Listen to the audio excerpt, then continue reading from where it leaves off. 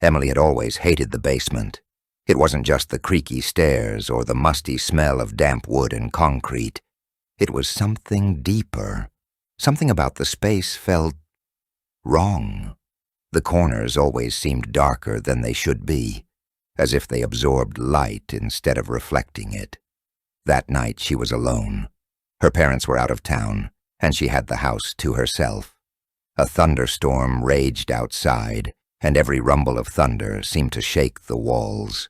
As she sat on the couch, scrolling through her phone, the power went out.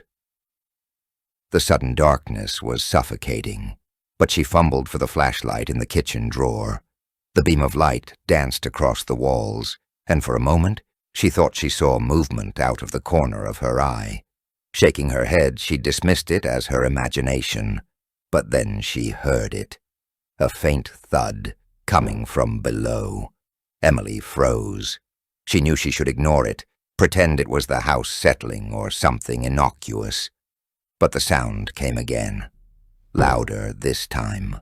Against her better judgment, she made her way to the basement door, her flashlight trembling in her grip. "Hello?" She called, her voice quivering. The only response was silence. She descended the stairs slowly, each step creaking beneath her weight. The air grew colder as she went deeper, and the beam of her flashlight barely penetrated the thick darkness. Reaching the bottom, she swept the light around the room. Boxes of old clothes, holiday decorations, and unused furniture cast long, eerie shadows. Then she saw it. In the far corner of the basement, something moved.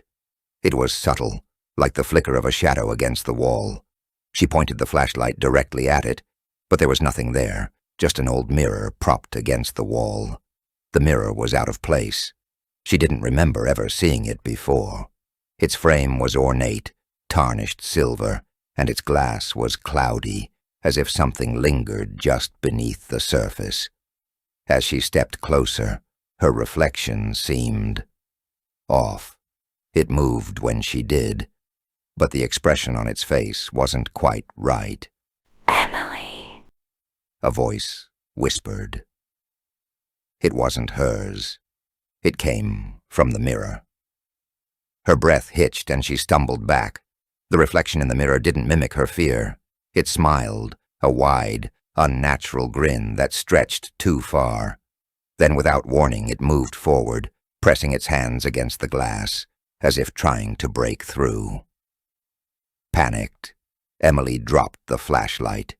The basement was plunged into darkness, save for a faint, flickering glow emanating from the mirror. She scrambled back, her heart pounding as the figure began to emerge from the glass. Its limbs were long and gaunt, its skin pale and waxy like a corpse. Its head tilted unnaturally to the side as it crawled out, its unblinking eyes fixed on her. She screamed, running blindly up the stairs. The creature's wet, slapping footsteps followed close behind. She reached the door and slammed it shut, locking it just as the thing crashed against it. The banging continued for hours, long after the storm had passed and the power had returned. When her parents came home the next morning, they found her huddled in the kitchen, clutching a butcher knife, her eyes wide and bloodshot. She told them about the creature, the mirror, the footsteps, but when they checked the basement, there was nothing there. No strange mirror, no signs of anything amiss. But Emily knew better. Every night since, she hears it. The faint sound of tapping from behind the basement door and the whisper of her own name in the darkness. Emily's parents dismissed her story as a stress-induced nightmare. They even joked about her active imagination, but their words didn't comfort her. She avoided the basement entirely, refusing to even pass by the door. Still, the tapping and whispers continued, growing louder and more insistent each night. A week later, something changed. It was 3 a.m. when Emily woke up to a cold draft brushing her face. Groggy, she reached for her phone to check the time, but it was dead.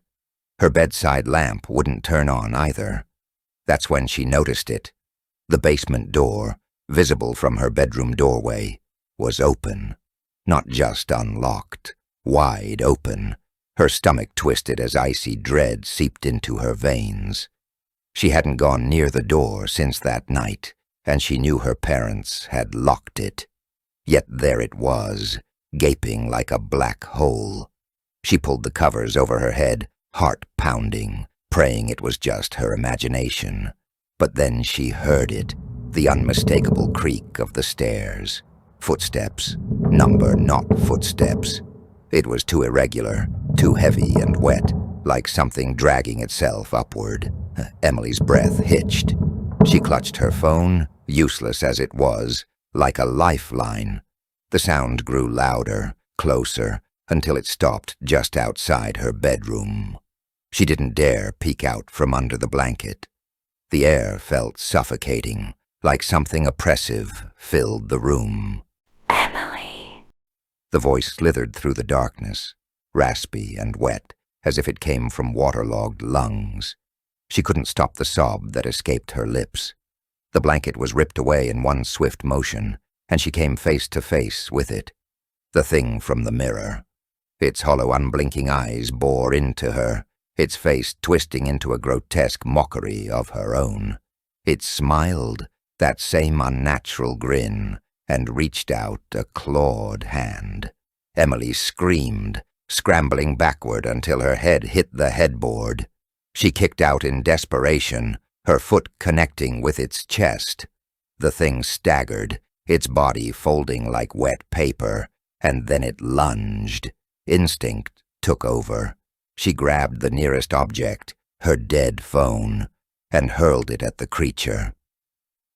The phone passed straight through it, shattering against the wall.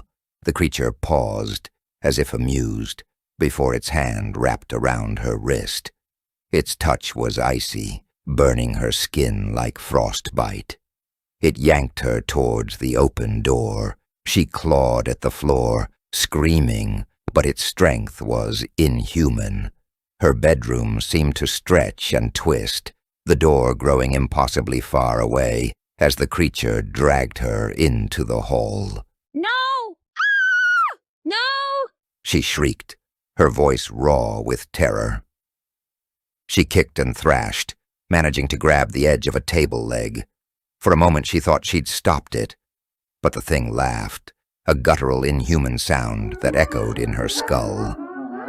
The last thing she saw before it pulled her down the basement stairs was her reflection in the hallway mirror. Except it wasn't her.